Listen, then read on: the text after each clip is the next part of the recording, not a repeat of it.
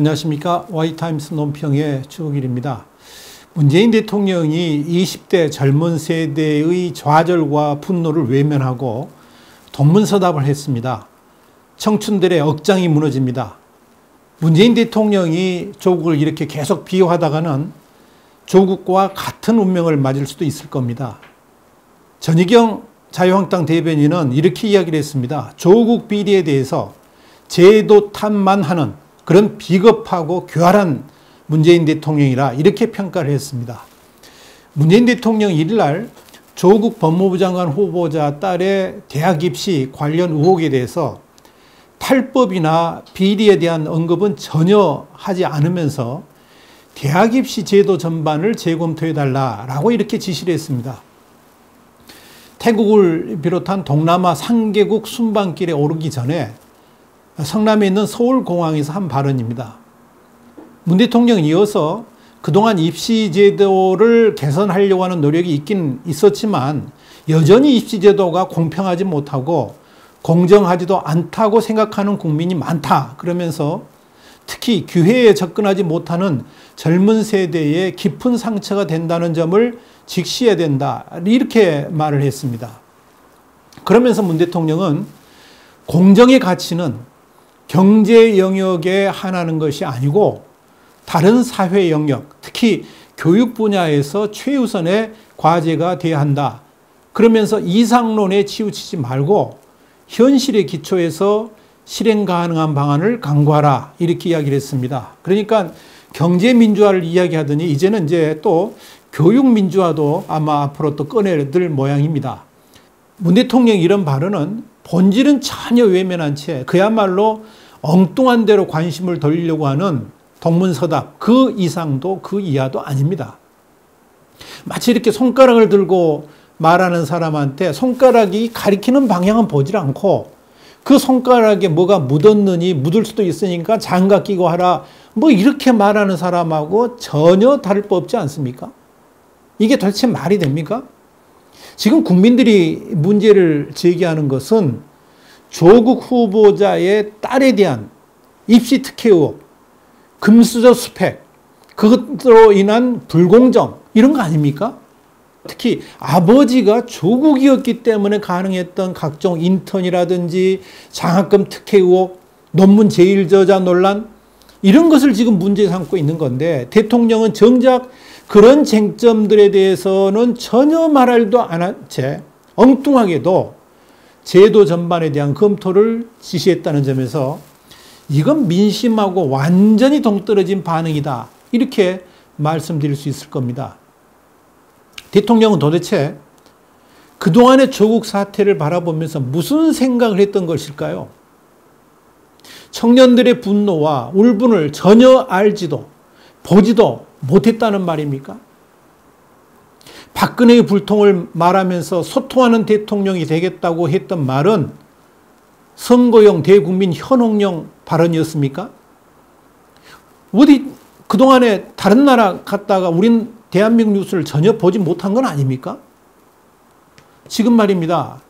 20대 젊은 세대들의 좌절과 분노, 하늘을 찌르는데 대통령은 국민을 외면하고 있습니다. 가정 형편이 어려워서 대학에 가지 못했다. 그러면서 5년 전 아버지가 위암으로 쓰러지고 어머니도 건강이 악화돼 가지고 5년 동안 편의점 아르바이트로 가족의 생계를 책임지고 있는데 조국 후보자의 논란을 볼수록 내 삶이 비참하게 느껴졌다. 대학은 사치이고 건강한 음식을 먹는 게 그림의 떡인 제 인생을 조국 후보자가 공감할 수 있을까? 조 후보자 딸과 관련된 논란은 열심히 살아도 가난과 절망에서 벗어날 수 없다는 생각을 들게 했다. 이거 제 말이 아니고요. 30일 날 청년 전태일이 주최한 조국 후보 딸과 나의 출발선은 같은가라는 간담회에서 25살의 곽찬호 씨가 한 말입니다. 그 간담회에서 이런 말도 나왔습니다. 외국어 고등학교를 졸업했지만 논문 제1저자가 되는 건 생각도 못했습니다. 조국 후보자의 딸이 참여한 인턴십은 외고에서도 일부 학생들에게만 주어지는 특혜였습니다. 조 후보자는 트위터에 중요한 건 개천에서 용이 돼 구름 위로 날아오르지 않아도 붕어 개구리 가재로 살아도 행복한 세상을 만드는 것이라고 썼지만 당신 딸은 개천의 용을 넘어 우주를 날고 있는 우주 비행사냐? 이렇게 묻는 청년이 있습니다. 30세 문일평 씨입니다. 장학금을 받기 위해 독서실에서 밤을 새워 공부하고 아침에 학교 수업을 듣는 게 일상이 됐는데 누군가는 노력하지 않아도 받을 수 있는 돈이 누군가는 밤새워 버는 돈인데 이것이 우리가 배운 평등한 사회입니까? 역시 30일 날 청년 전태일에서 주최한 간담회에서 어느 청년이 한 이야기입니다. 지금 청년들의 분노가 들끓고 있습니다. 그들이 느끼는 좌절감은 이루 말할 수 없이 큽니다. 그런데 대통령이 그런 청년들의 마음을 다독여 주기는커녕 오히려 염장 지르는 발언을 하고 있습니다. 지금 이 상황에서 특혜와 부정과 비리가 넘쳐나는 조국 후보자 일가를 질책하는 것이 아니라 그야말로 엉뚱하게 입시제도 탓을 하는 문 대통령을 보면서 할 말을 잃습니다. 다시 말씀드립니다. 조국 후보자의 딸의 입시 관련 문제는요, 제도가 지금 문제가 된 게 아니고요. 제도 때문에 문제가 된 게 아니고요. 아버지 조국이 문제입니다. 아버지 조국이 문제라는 겁니다. 아버지를 잘 둔 덕택에 3번씩이나 시험도 보지 않고 학교에 척척척 입학했잖아요. 그렇게 만들기 위해서 아버지 조국과 그의 아내가 자신들의 이름을 팔아서 딸을 그 어렵다는 의대 논문의 제1저자로 만든 거 아닙니까? 그리고 낙제를 하면서도 남들은 한 번도 받기 어려운 장학금을 내리 받았잖아요. 그래서 조국과 같은 아버지를 두지 못한 이 시대의 청년들이 좌절하는 것이고, 그렇게 따른 장학금 특혜 의혹에 아들은 이중국적 의혹에 휩싸일 정도로 온갖 부정과 비리를 저질렀으면서도 남들을 욕하면서 스스로 정의롭고 공정한 자처럼 행세했던 조국의 유선을 보면서 분노하는 겁니다. 국민들은 지금 조국 일가의 반칙과 특권과 비리와 부정을 말하는데 대통령은 뭘 보면서 입시제도 운운하는 것입니까? 이게 마이동풍입니까? 동문서답입니까? 아니면 그야말로 딴청 부린 위독경입니까? 자유한국당 전희경 대변인은 문 대통령의 입시제도 재검토 발언에 대해서 이렇게 논평을 했습니다. 입이 10개라도 할 말 없는 대통령이 이제 와서 제도 탓을 하면서 조 후보자를 비호한다, 이렇게 말했습니다. 전 대변인은 논평에서 또 뭐라고 그랬느냐? 조국 후보자의 비리 연속극이 무려 한 달간 지속됐는데 문 대통령은 지난 한 달간 어디서 꿈만 꾸고 있었단 말인가? 라면서 꼬집었습니다. 전희경 대변인은 또 문 대통령의 발언은 제도의 허점을 교묘히 파고들어서 반칙으로 타인의 기회를 빼앗고 불법적 특권을 누린 조국 후보자와 그 일과의 죄를 제도 탓으로 떠넘기는 매우 비겁하고 교활한 발언이라, 이렇게 말하면서 한가한 순방, 번지수 틀린 순방이란 비난 속에 떠나는 것도 모자라서 대통령은 기어이 국민의 분노를 조롱하고 있다라고 썼습니다.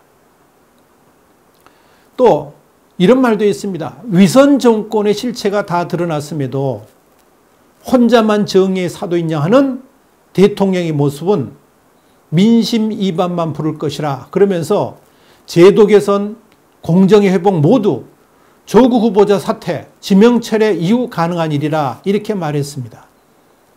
전희경 대변인은 그러면서 또 국민들이 듣고 싶은 말은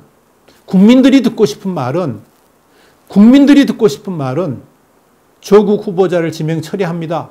국민들께 정말 송구합니다. 오직 이것뿐이라, 이렇게 말을 했습니다.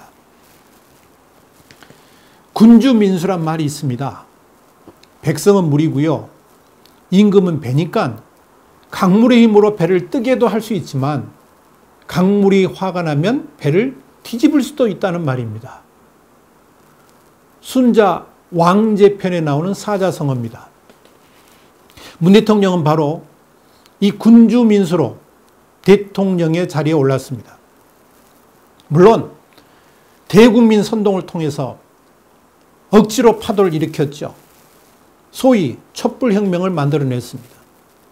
그런데 요즘 촛불로 흥한 자, 촛불로 망한다는 말이 널리 퍼지고 있습니다. 그게 바로 군주민수입니다. 그런 의미에서 청년들이 다시 촛불을 들기 시작했다는 것은 아주 중요한 의미를 던져줍니다. 권력의 단맛에 빠져서 국민의 분노와 좌절을 도외시한다 그러면 반드시 그 대가를 치르게 될 겁니다. 한국당 전희경 대변인이 지적한 말이 바로 그겁니다. 전희경 대변인은 국민들은 조국 일가만 보고 성남 민심에는 눈 감은 대통령에 분노한다 그러면서 위선 정권의 실체가 다 드러났는데도 혼자만 정의의 사도인 양 하는 대통령의 모습은 민심 이반만 부를 것이라 그렇게 말을 했습니다. 아무리 유시민이 괴벨스 같은 나팔 소리를 부르고 집권 여당의 차기 대권 주자들이 조국 지키기를 위해서 궤변을 퍼붓는다 할지라도 조국을 향한 국민들의 분노를 가로막지는 못할 것입니다. 서울대 커뮤니티 사이트에서 조국 교수가 법무장관 후보로 적절한지 그 여부를 묻는 투표 결과가 나왔는데요. 98%가 장관이 돼서는 안 된다라는 그런 결과가 나왔다 그럽니다. 국민 여론도 10명 중 6명은 조국 후보자가 법무부 장관으로 부적절하다라고 답을 했다고 그럽니다. 갤럽의 조사가 그러니까 실제로는 훨씬 더 부정적인 것으로 이렇게 판단이 됩니다. 그럼에도 불구하고 문재인 대통령이 조국 지키기에 나선다 그러면 국민들은 이제 그 분노의 칼끝을 조국이 아니라 대통령으로 향하게 될 겁니다. 지금 경제도 폭망이고요. 외교는 더욱더 한 치 앞도 내다볼 수 없는 안개 속입니다. 그저 김정은만 바라볼 망북 정책을 펴왔는데 지금은 김정은에게도 버림받는 신세가 됐습니다. 망할 망북이 됐습니다. 지금 대한민국은 아무나 흔드는 나라, 천덕꾸러기 대한민국이라 해도 과언이 아닐 정도로 전락하고 말았습니다. 좌파 정권 불과 2년 반 만에 나라가 거덜난 것입니다. 그럼에도 인사까지 국민적 분노를 일으키면서 제대로 된 공감마저 하지 못한다 그러면 그 다음 국민들이 할 일은 배를 뒤집는 것 말고 할 게 또 뭐가 있겠습니까? 풍랑이 점점 거세지고 있습니다. 아래쪽 일본으로부터는 잔뜩 먹구름이 올려가지고 하늘을 뒤덮고 있고요. 여기에 저 멀리 미국발 태풍이 몰려온다는 예보도 있습니다. 그 바다 위에 떠 있는 배가 바로 문재인의 대한민국호입니다.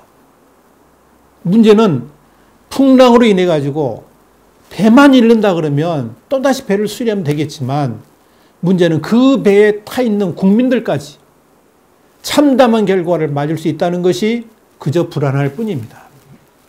이것이 2019년 하반기의 대한민국 기상도입니다. 이를 어찌해야 할까?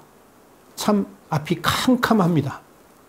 오늘 와이타임스 논평, 문재인 대통령의 동문서답, 그야말로 20대의 젊은 세대의 좌절과 분노를 외면하는 문재인 대통령, 그렇게 조국을 비호하다가는 조국과 같은 운명을 맞을 수도 있다 하는 말씀을 드렸습니다.